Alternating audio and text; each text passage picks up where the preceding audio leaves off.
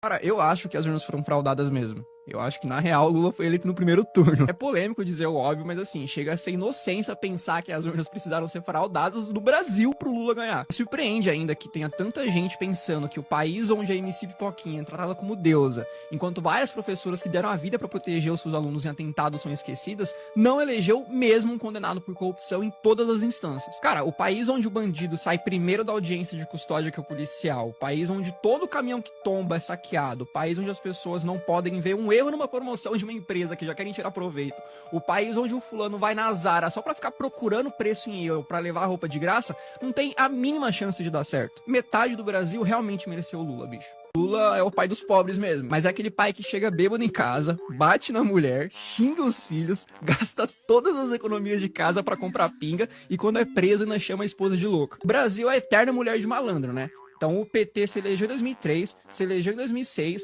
se elegeu em 2010, se elegeu em 2014, quase se elegeu em 2018, se elegeu em 2022 dizendo que mudaria o Brasil, mas o nosso país continua um dos mais pobres, um dos mais corruptos e um dos mais violentos do mundo. Assim, se isso não é síndrome de Estocolmo, eu não sei o que é, cara. Se você é um cristão de esquerda, ou você não leu Marx, ou você não leu a Bíblia. O próprio Marx, além de ser um ateu e ter construído todo o seu pensamento através do materialismo e do ateísmo, dizia que a religião era o ópio do povo. O socialismo tem essa ideia, né?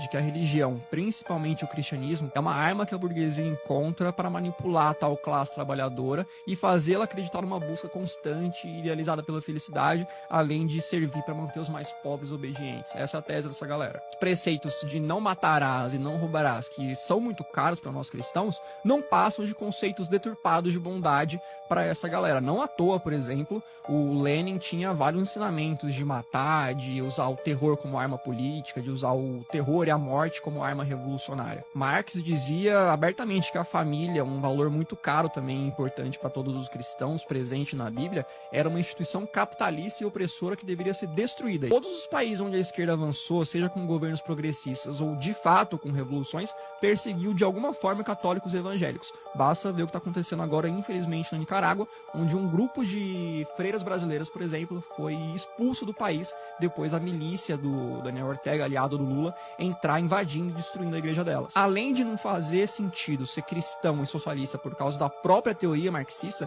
também não faz sentido ser cristão e socialista pela própria prática. Jesus pregava ali a caridade voluntária, não a tomada forçada da propriedade alheia. O jovem militante de esquerda é o exemplo vivo do porquê que eu defendo tanto o ensino de qualidade sem viés ideológico na sala de aula. Porque, mano, pensa comigo. Se uma criança tem aula de português sem propaganda ideológica, ela cresce sabendo que ele já é um pronome neutro e que ele não passa de um delírio de militante carente por atenção. Se uma criança tem aula de educação financeira, ela cresce sabendo que dinheiro não dá em árvore e que só enriquece quem trabalha, administra bem o próprio dinheiro e que não vai ser nenhum político caridoso que vai tirar ela da lama. Só aí com essas duas coisas, o picanheiro da república vai perder uns 10 milhões de votos, pelo menos. Se uma criança tem aula de ciências e não uma cartilha ideológica, ela aprende que mesmo se você se mutilar e chilicar muito no Twitter, você vai continuar sendo um homem biológico ou uma mulher biológica, e que no final só existem dois gêneros, feminino e masculino. Se uma criança tem aula de matemática e não uma aula de afromatemática, sei lá o que é isso, ela vai saber que a economia não é um jogo de soma zero e que os bilionários não são os culpados pela miséria no mundo. Se uma criança tem uma aula de história de verdade e não um palanque ideológico no lugar da lousa, ela cresce sabendo, por exemplo, que países socialistas, todos eles terminaram da mesma forma, com genocídio, com fome, com ditadura e com morte. E se crescer homossexual, não vai usar a camisa do assassino de homossexuais Che Guevara.